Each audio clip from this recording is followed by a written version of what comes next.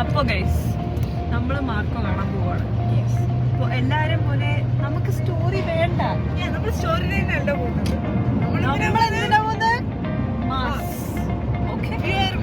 Pure മാസിലാണ് പോകുന്നത്. അത് 2 കണ്ണും തുറന്നിരുന്ന് ഞങ്ങള് കാണുന്നത്. ഓക്കെ, കണ്ണടക്കോ കണ്ണടക്കോ?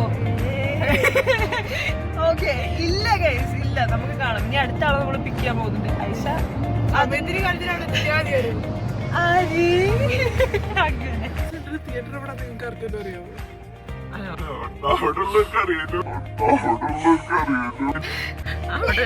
എന്തോന്നാണ് എങ്ങോട്ടെന്ന് വെച്ചാ ഓടുന്നേ? ഓടാൻ റെഡിയാ. ഇമാജിൻ സ്ട്രേറ്റ് ഓപ്പോസിറ്റ് സ്ഥലത്തോട്ട് ഓടിക്കൊണ്ടിരിക്കുന്നെങ്കിലും മാപ്പ് ഉണ്ടാവുമല്ലോ. ഡാറ്റ അതിന്റെ ഉള്ളിൽ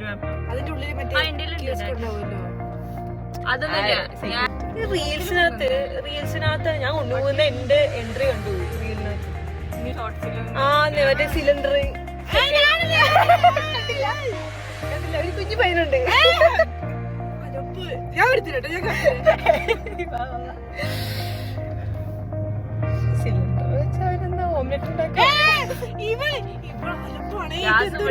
വന്ന് രക്ഷിച്ചു.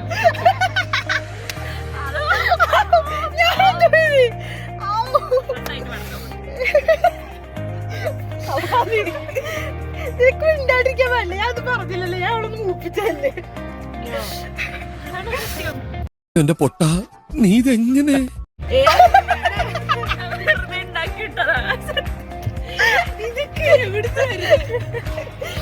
പറ്റിച്ചാടി കൂടെ? ആ ബോധം പോലും ഇല്ല. എനിക്കും അറിയില്ലല്ലോ, നീ കണ്ടിട്ടുണ്ടോ? ഞാനും കണ്ടിട്ടില്ല. പിന്നെ കണ്ടിട്ട് ഇവളൊക്കെ സ്പോയിലേഴ്സ് ഒക്കെ അറിയായിരിക്കും.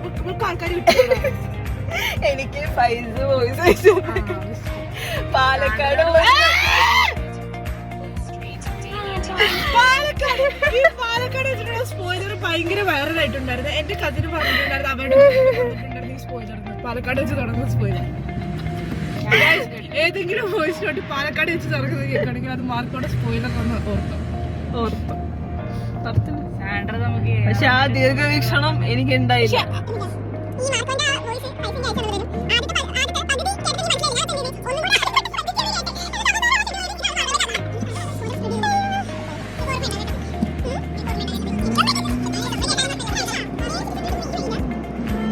ചവിട്ടി വിടുവാപ്പ.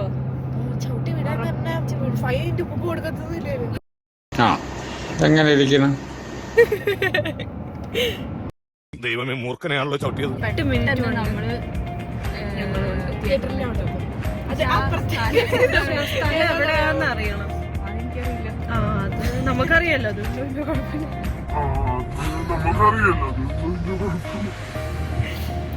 അപ്പൊ എൻട്രി എന്തായാലും മിസ്സായി മാർക്കോന്റെ.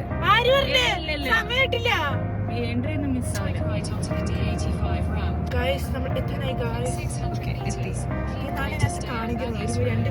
ഓടാൻ റെഡി ആയിക്കോട്ടെ.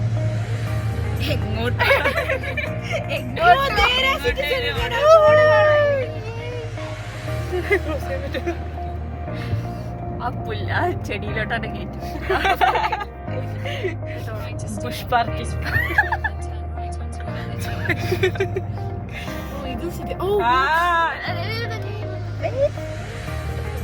ചേട്ടാ അവളുടെ വണ്ടിയാണെങ്കിൽ പോട്ടെ, വാപ്പിയുടെ വണ്ടിയാ. വണ്ടിയാണെങ്കിലും പണിയുണ്ട വാപ്പി.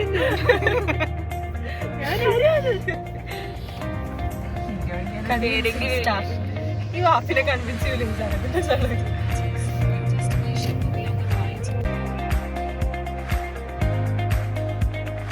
ഗൈസ് സമയമായി ഗൈസ്. ഞങ്ങള് ബോക്സ് എങ്ങോട്ടാന്ന് അറിയാതെ പരക്കം പായുവാണ്. അതാ ബോർഡ് കണ്ട് ഓടിക്കും. ബോർഡ് കണ്ട് ഐഷത്ത്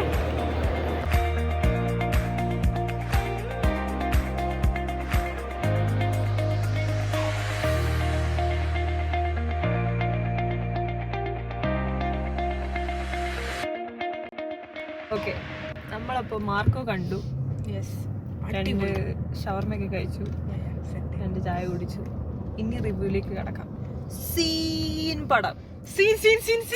സീൻ പടം എന്ന് വെച്ച് കഴിഞ്ഞാ നിങ്ങള് കഥ പ്രതീക്ഷിച്ച് പോരുത് ഇതിനകത്ത്.